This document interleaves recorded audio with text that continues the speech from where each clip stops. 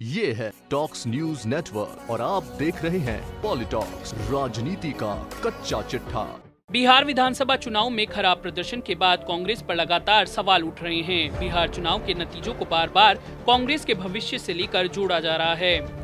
हाल ही में कपिल सिब्बल ने कांग्रेस को आत्ममंथन की सलाह दी थी, जिसके बाद उन्हें पार्टी से निकल जाने तक की नसीहत दी गई। इस घटना का असर बिहार कांग्रेस में भी देखने को मिला। बिहार कांग्रेस के अध्यक्ष मदन मोहन झा पर इस हार का ठीकरा फूटना तय लग रहा है। कांग्रेस आलाकमान ने मदन मोहन झा को दिल्ली तलब किया है। झा छठ पूजा के बाद दिल्ली जाएंगे। इससे पहले ही उन्होंने इस्तीफे की पेशकश की है। कांग्रेस के बिहार चुनाव प्रभारी शक्ति सिंह गोहिल ने भी सोनिया गांधी को अपना इस्तीफा भेज दिया है। मदन मोहन झा ने मीडिया से साझा करते हुए बताया कि विधानसभा चुनाव में बेहतर परफॉर्मेंस नहीं होने पर उनकी गलती हो या नहीं हो, लेकिन वे प्रदेश में अध्यक्ष पद पर हैं, तो उनकी सबसे अधिक जवाबदेही है। इस्तीफे के सवाल पर उन्होंने कहा कि हमने जवाबदेही तय करने के लिए आलाकमान को लिखा है। गौरतलब है कि इससे पहले प्रदेश कांग्रेस कार्यालय सदाकत आश्रम में कार्यकर्ताओं ने टिकट बंटवारे में लेन देन और अन्य गड़बड़ियों के आरोप भी लगाए थे। बताया ये भी जा रहा है कि बिहार में कांग्रेस की कोशिश केवल इस बात पर रही है कि उन्हें ज्यादा से ज्यादा सीटों पर लड़ने का मौका मिले।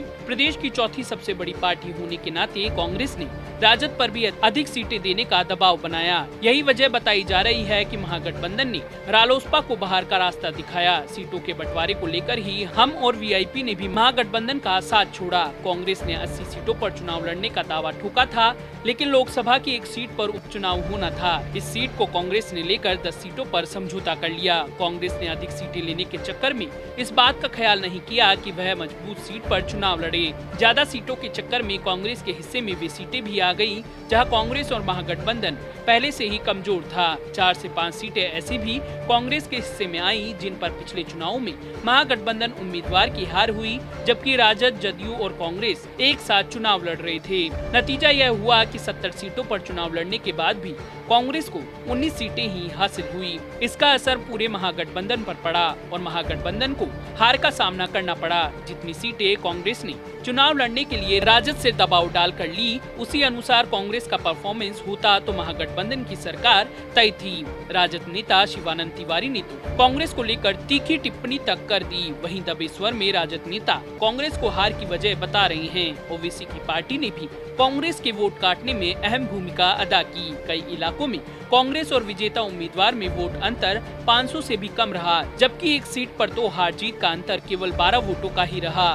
अब हार तो हार होती है, फिर वो चाहे 1 वोट से हो या 1000 से। बीते दिनों कांग्रेस के वरिष्ठ नेता और छत्तीसगढ़ के मुख्यमंत्री भूपेश बघेल ने पार्टी के नवनिर्वाचित विधायकों से 1-to-1 बात की थी और अपना फीडबैक आलाकमान को दिया था। इसमें भी कुछ इसी तरह की बातें सामने आई थी। वहीं विधायक दल की बैठक में चले लात घूंसों से कांग्रेस आलाकमान को असली हालातों का पता तो चल ही गया होगा। इन परिस्थितियों में बिहार कांग्रेस अध्यक्ष मदन मोहन झा का इस्तीफा तो कंफर्म लग रहा है। आलाकमान भी बिहार हार को जल्दी से जल्दी भुलाकर पश्चिम बंगाल में होने वाले आगामी विधानसभा चुनाव पर ध्यान दे रहा है।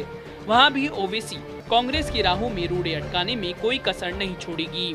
पॉलिटॉक्स ब्यूरो, दिल्ली। ये है टॉक्स न्यूज नेटवर्क और आप देख रहे हैं पॉलिटॉक्स, राजनीति का कच्चा चिट्ठा।